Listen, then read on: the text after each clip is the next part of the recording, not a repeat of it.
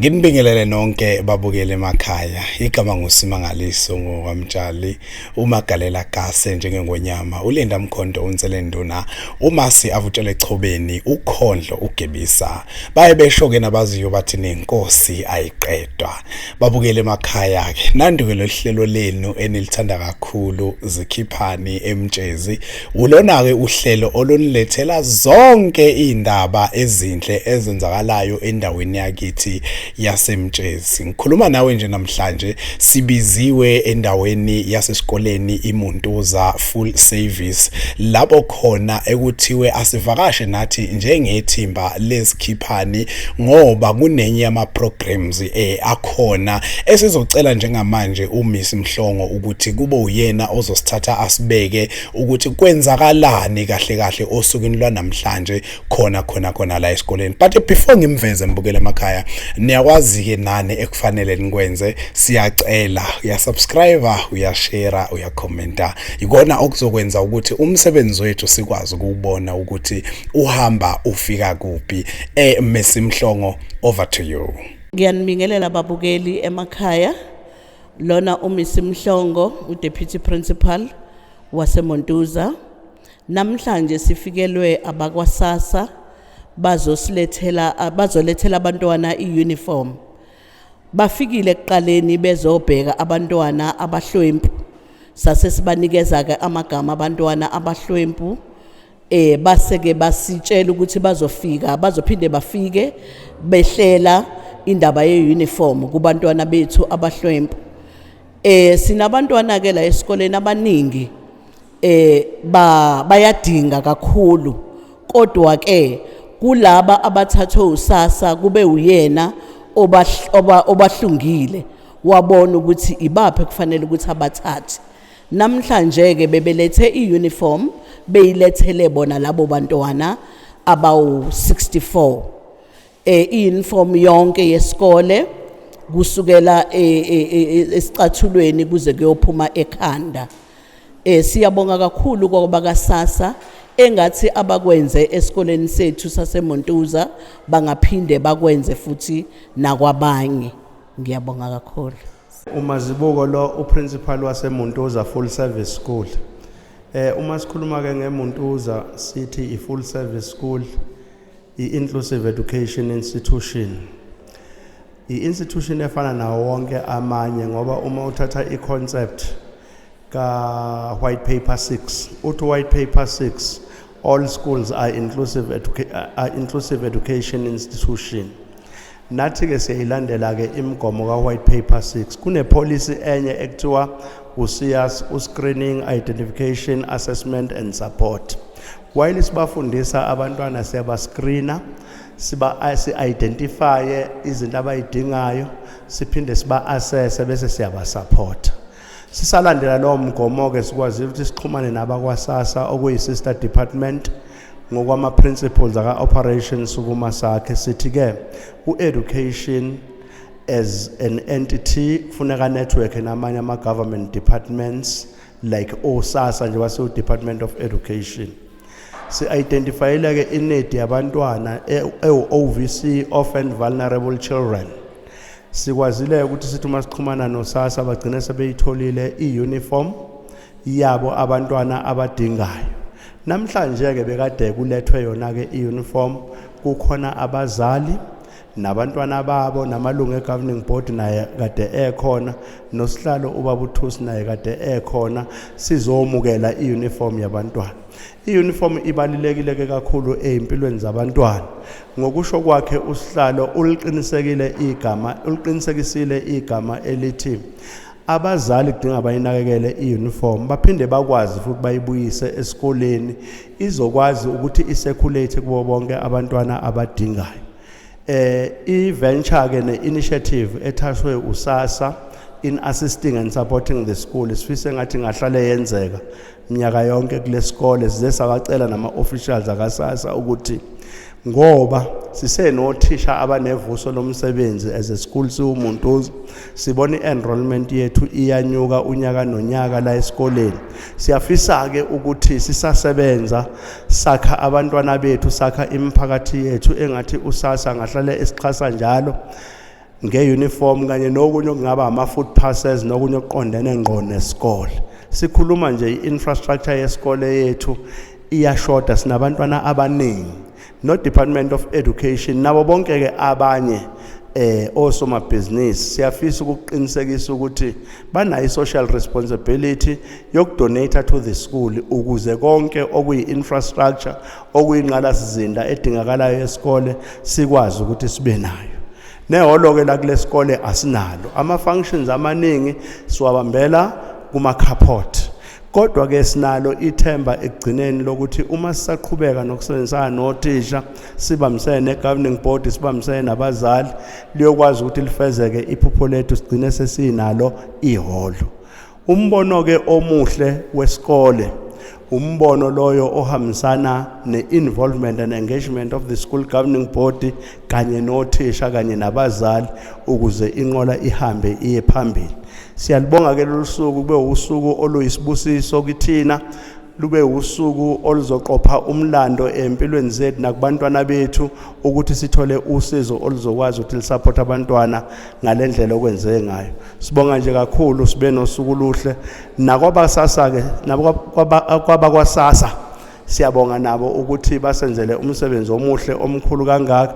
Siyazi ukuthi akusuka kubona kodwa kusuka emgomweni wezinhlangano abasuka kuzona ukuthi kufanele benze community service delivery ngendlela efanele. Sisizana ke sisonke ngokweinhlelo zika operation sukumasakhe. Sibonga kakhulu. Umgomo ka Department of Education South African Schools Act uthi bonke abantwana asebekhulile asebekulungele ukungena esikoleni banelungelo lokungena esikoleni. Kanjalo nesikole sinemgomo uLearner Code of Conduct othi umntwana oza esikoleni kufanele agqoke ischool uniform. Thina njengesikole siyayibophezela ukuthi umntwana uma engenayo uniform sokwenza konke okusemandleni ukuthi ayithole iuniform. Abazali ke nabo sidinga ukuthi bayibophezele ukuthi abantwana ukuze babe identical ukuze bafane, uma sithi uniform uni means one, ukuze bafane bonke kufanele bagqoke umfaniswano ofanayo ozowabeka ezingeni lokuthi ba abantwana besikole esisodwa. Ngoba isikole uma ngake kuthiwa kuyaswenkwa kusona omunye agqoke lo omunye agqoke lokho, idiscipline ayikho. Kanti uma kugqoke uniform idiscipline ikhona nokuthi uma kwenziwa into eyodwa bonke bayafana, akukho ukucwasana ukuthi ubani ungcono kunomunye. I-uniform futhi inikeza uthando lesikole umuntu asuka kusona, inikeza futhi ne-direction ukuthi umuntu usuka kuphi uyapi. Siyafisa ke ukuqinisekisa ukuthi nakuba thina njengothi asingenalo ilungelo lokuxosha abantwana esikoleni, kodwa siya insista ekutheni abazali babizwe basondezwe ukuze sisobasiza ukuthi benze lokho okwenziwa abanye abazali nabantwana benze lokho okwenziwa abanye abantwana esikoleni. Ngiyabonga. Angibonga kakhulu mfowethu ukuthola ithuba lokuba ngibe lapha kwi-interview. Okokuqala ke ngiwumfundisi uSonto wakwaThusi Sibongo. Ngisakhamuzi ke lapha eNkwezela ngaphansi ka Ward 9. Ukhansela wami ukhansela uMadinane. Ngilapha ke okokuqala njengelungu lomphakathi. Okwesibili ngilapha njengesisebenzi sikamasipala inkosi langalibalele kwi-unit yakwa disaster. Okwesithathu ngiphinde ngibe usihlalo we-school governing board lapha esikoleni saseMontuza engiqaleke nokho ukuba yilungu le-SGB cishe enyakeni ka-2018 kuze kube namhlanje. Ngokwethenjwa ke umphakathi nangokwethenjwa i-SGB ngibe usihlalo ke kusukela ngayo 2018 kuze kube namhlanje. Ingakho ke ngilapha ngasekugcinene mhlambe kufanele futhi ngikubalula ukuthi ngiphinde ngokweinhlelo zika operation sukumasakhe ngibe yilunga le-executive ye-local task team lapha kumasipala wakithi inkosi langalibalele local municipality. Sisebenzisana ke nothisha omkhulu walapha esikoleni owusekela sihlalo we-LTT. Okunye kokwenza umuntu abelapha ileso sizathu sokuthi siyingxenye enkulu yazo zonke inhlaka ezikhona emphakathini ikakhulukazi ukulekelela ukusheshisa ukufinyelela kwentuthuko kubantu bakithi kumazinga onke empilo abakuwona.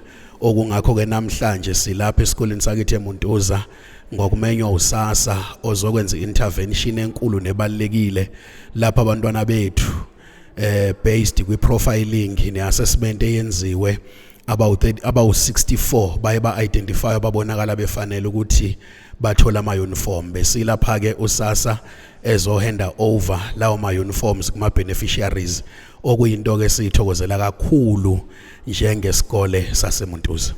Okokuqala nje mfowethu iuniform ingumfana uswano ukuthi abantwana bethu mabeyifakile bafane. Angabikho bonakala eqhamuke ekhaya eliphansi kakhulu, angabikho bonakala engcono kunomunye, kodwa mabe sesikoleni bebe uniform lokho kubenza abafane okubanikezela ke nokuzethemba okufanele lokho kunomthelelo omkhulu kwiperformance yabo nasemsebenzini wesikole. Ngesikhathi ke ngikhuluma ngicizelele kakhulu kubazali ukuthi sinikwe iuniform eyintsha gece. Lokhu ke okufanele sikubonge kakhulu bese siyayinakekela. Ngishilo futhi ukuthi kuyodumaza uma yoqhamuka umntwana esefaka isokisi elimnyama ngakolunye unyawo ngakolunye afake elimhlophe uma kubuzwa besethi elinye lahleka, ngoba lokho kuyobe kuthinta umntwana kuthinta nathi njengabazali ukuthi asibanakele abantwana bethu.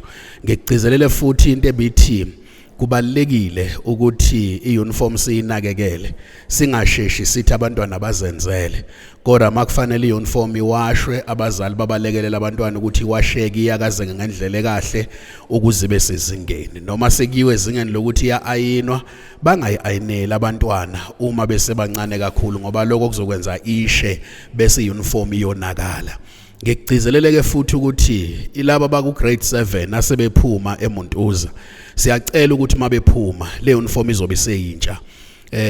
Abazali bayithatha iuniform bayibuyisele esikoleni ukuze njengoba inikelwe ithi mayisisizile abanye abantwana iphinde ikwazi ukudlulela ilekelela abanye ukuze abantwana bethu bagcineke bese simeni esifanele bakwazi futhi nanokuthi babe nokuzethemba okunomthelelo omuhle kwiperformance yabo ngokomsebenzi wesikole. Siyabonga kakhulu mfowethu, sibonge nawe ukuphumelela kwakho uzoba ingxenye le institution yethu enkulukazi. Siyisikole esikhulu esinabantwana abangaphezulu ka 1200. Siyafisa futhi njenge institution yaseMuntuza ukunxenxa nawo somabhizinisi nezinye inhlaka ezikhona emphakathini ukusondela bazobona umsebenzi esiwenzayo nokusilekelela ukuthuthukisa institution yethu kuona wonke amazinga. Njengamanje nje sine inhlelo mfowethu zokuthi sifisa ukwakha ihall esikoleni, sesiqalile into yama fundraisings ngabantu abanjengawe nezinye inhlaka ezikhona emphakathini. Siyafisa ukunxenxa abantu abangasondela basilekelele ukuze lokho department nathi njengabazali singakwazi ukwenza sisodwa, kepha ngokuqhamuka kwabantu abanomuzwa wokufaka isandla okulekelela sikwazi ukuthi siphinde sikwazi ukuzuza lezo zinto ebesingeke sakwazi ukuzenzela zona thina sisodwa. Siyabonga kakhulu uthi shomkhulu management yesikole, othisha nabasebenzi bonke abakhona.